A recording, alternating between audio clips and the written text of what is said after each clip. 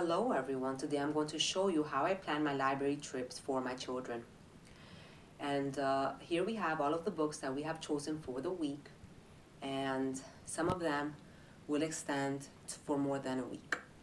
One of the best gifts that we have gotten our children is a library card, and we have been reading to our children since they were born, and it's a really great gift to start instilling to start planting a seed of a love for reading, a love for learning.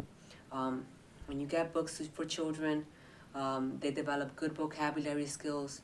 They learn a little bit about everything. They become knowledgeable. They learn content knowledge. So it's a great way to give something beautiful to your children. So I want to share with you how I plan my library trips and how easy it is to get kids into a reading routine. Okay, so let's start here. We always get 5 fiction books. I usually bring my kids to the library and they can pick out the books for fiction. So my oldest loves Goldilocks and the Three Bears. She also loves the Berenstain Bears, so we picked 2 of those. And I picked out I'll Always Be Your Friend and Let the Links Come In for them as well. So 5 fiction books. Then we go on to nonfiction.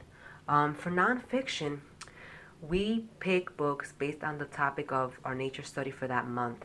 This month is amphibians, and we focus on an approach based on Charlotte Mason for nature studies.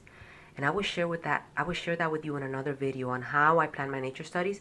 But it's basically a really fun way to get children learning about their environment and about the outside world. So we have toads, climbing tree frogs, amphibians. It's all about amphibians this month, so that's what we have books on.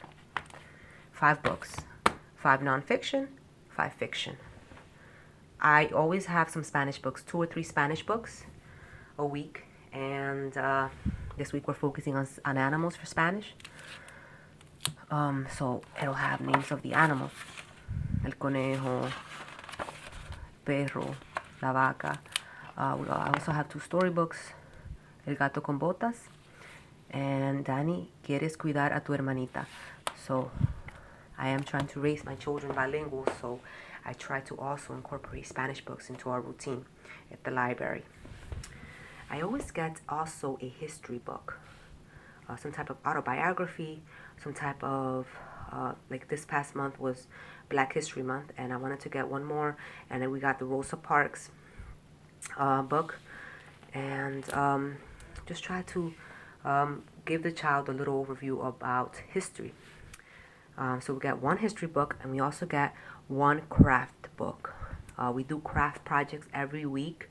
We try to do at least 1 craft project a week, and this is all crafts for Easter, since we are in the Easter time soon coming up.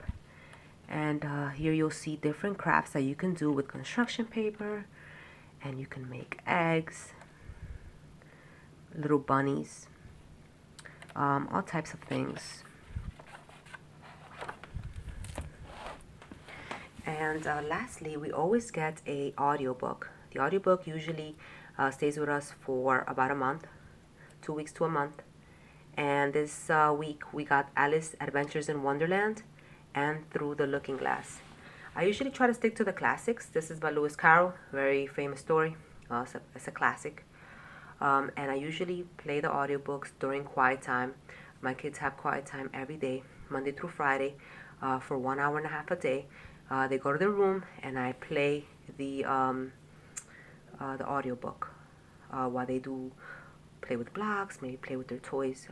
If they fall asleep, I turn it off.